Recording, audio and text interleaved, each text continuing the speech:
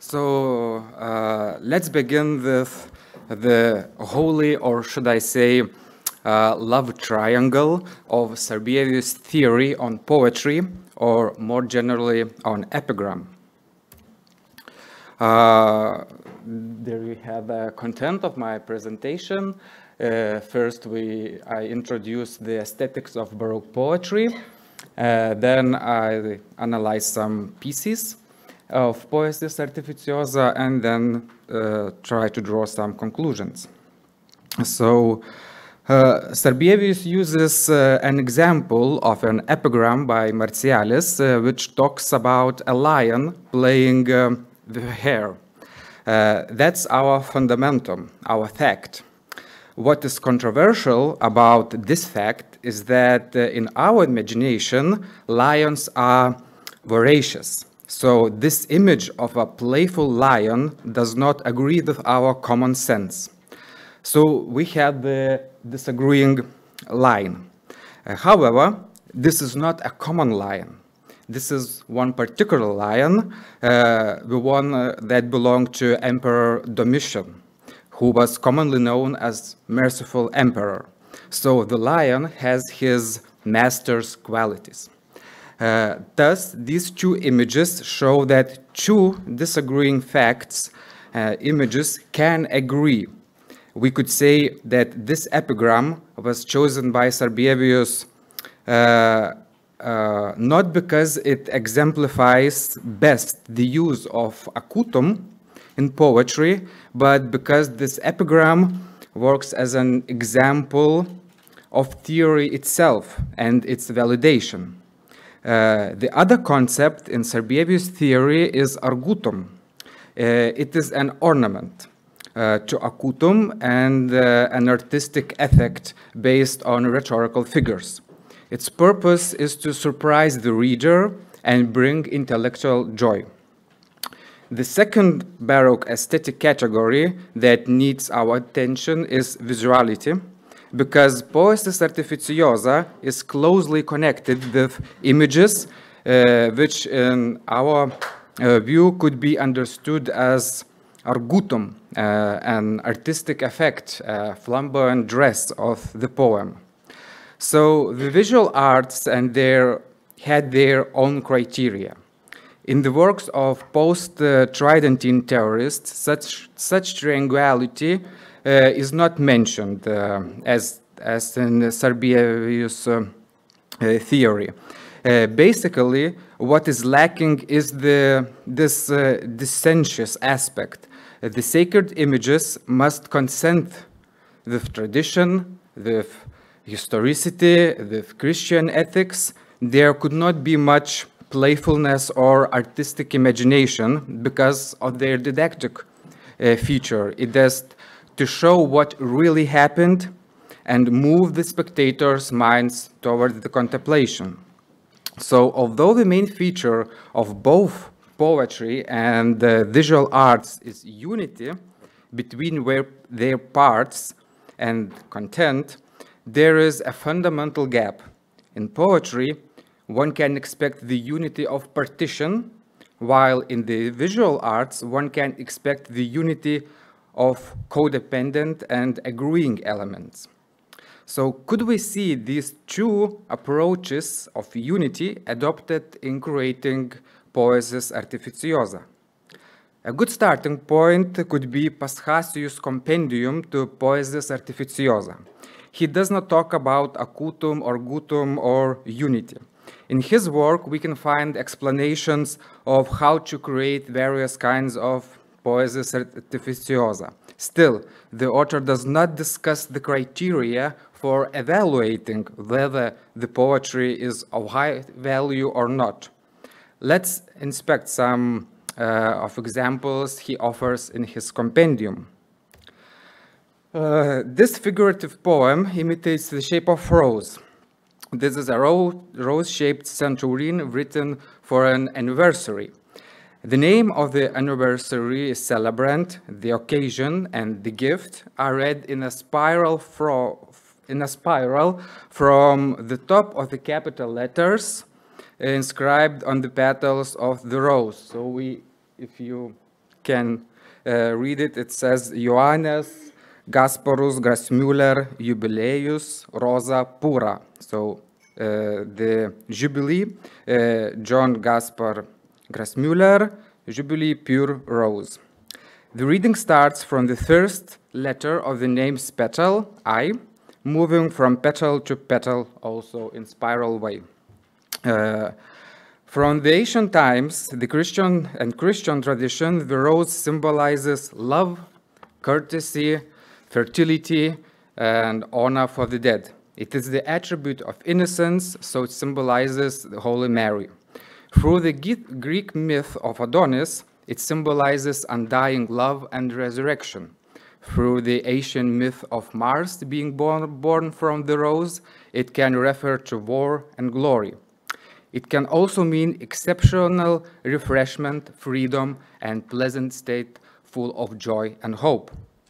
In the poem, we read about various features, those features of the rose: the fertility, rich in sprouts, many branches, love, the love of a rose germinate, innocence, not privy to crime, pleasant state, smiles in the purple, etc.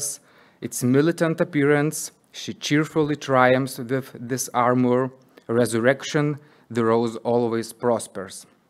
By giving this rose as a present, the author at the same time wishes all those things to the jubilee, for the Jubilee.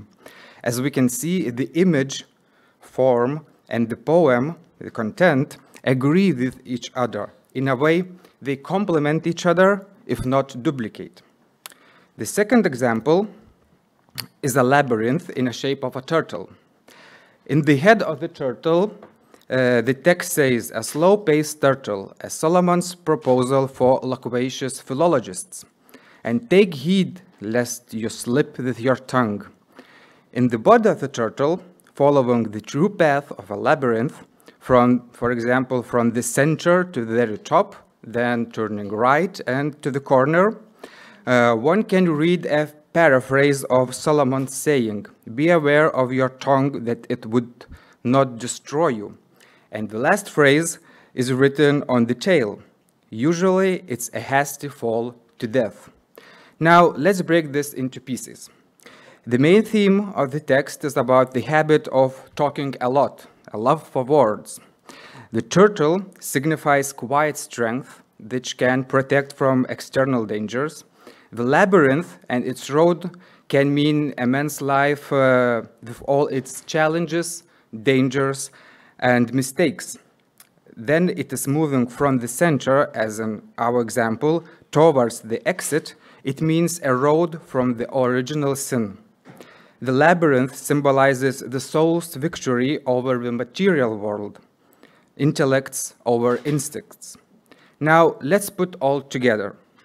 The labyrinth agrees with the advice because just as we can slip from the right path in the labyrinth and stay in our sinful life, so our tongue can slip while speaking, which can make our life hard to live. However, the turtle has a quiet strength that should be an example in speaking, silence or slowness, which helps to avoid making mistakes and enemies. So in this poem, we can see elements that agree and disagree. The fundamentum is philological talking.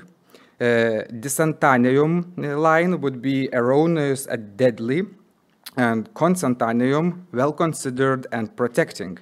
And they meet at the point of the exit from the labyrinth, kaveto, be aware. By being aware, speaking can be both abundant and safe. Let's move on. This is from the manuscript from Jesuits' rhetorical works. In Christian tradition, an angel announces either a great danger or the end of the world by blowing a trumpet. Also, God freed slaves by the sound of ram's horn, a proto-trumpet. The sound of the trumpet is loud, sharp, groaning, long-lasting, crashing, and echoing. In this work, there are three harmoniously compound elements: text, which praises Saint Francis Borgia, shape of the text, trumpet, the instrument by which the saint is praised, and the genre of the epigram, echo, which imitates the trumpet's feature, echoing. These elements do not compel, but rather complement each other. There is no dissentanium, dissentious feature, thus no acutum. This work is more in line with the art theory and aesthetics than with poetry. This text is put into the shape of chalice or goblet. Usually it means abundance. In the Bible, it can refer to several things: the goblet of fortune, the goblet of wrath, the goblet of suffering. It symbolizes eternal life if filled with Christ's blood. In the beginning of the poem, the author narrates about its origin, or rather its historical purpose, to praise god Bacchus. Later, its new function, to serve during the Mass in Christian tradition. One could say that this figurative poem is like a laudatio.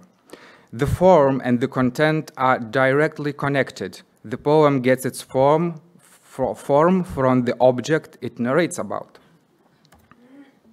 This piece is a part of a larger work written on the occasion of the transfer of Saint Anthony of Padua's relics from St. Mary's Basilica of Krakow to the Franciscan Church in Warsaw. The middle of the star is made up of letters V. The reading of each line starts from here, like the actual direction of the rays, and the end of the line is at the point. The last word of the line is read by adding the letter A. Maybe we should not miss the choosing of the letters. V may refer to the city whose Latinized name starts with this letter, V, Varsovia, Warsaw, and A, to Antonius. The theme of the poem is Antony and his life. In the beginning, there is an allusion to the transfer of his relics.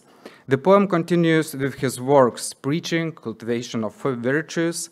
The poem ends with the statement that Antony's relics not only give glory to Warsaw, but also city gives the glory to them, to the relics.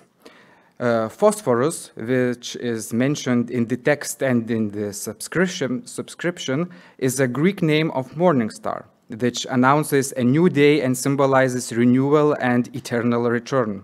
It's a symbol of light, which defeats dark. Thus, it is the symbol of Christ and Saint Mary. In the poem, the morning star is introduced as a guide to heavens. So it is possible to infer that the author gives it the meaning of Jesus or Mary. Although these two paths, one is a spiritual path to heaven, and the other the mundane path from one city to another, are different in their scope, there is no disharmonizing element.